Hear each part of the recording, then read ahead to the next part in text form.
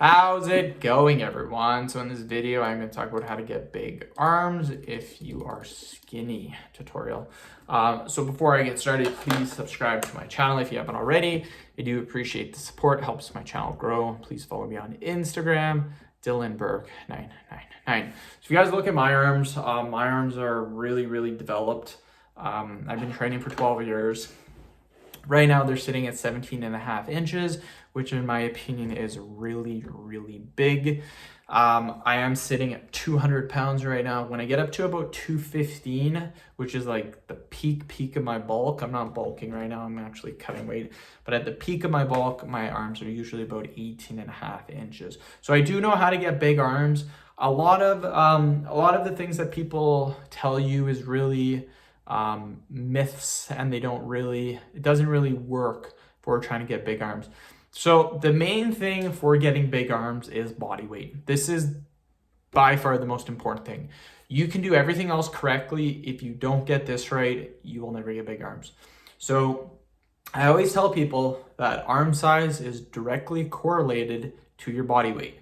So you will never see someone that's 120 pounds with 22-inch arms. You will never ever see that.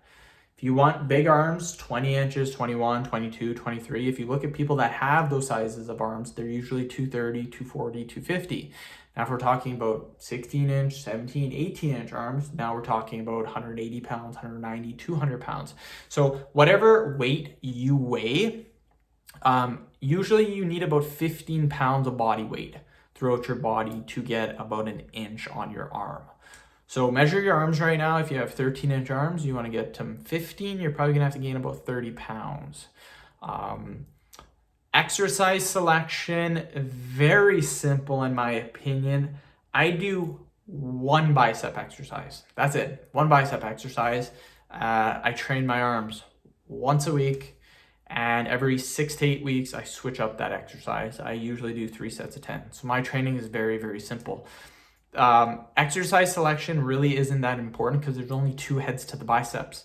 The biceps, so 2.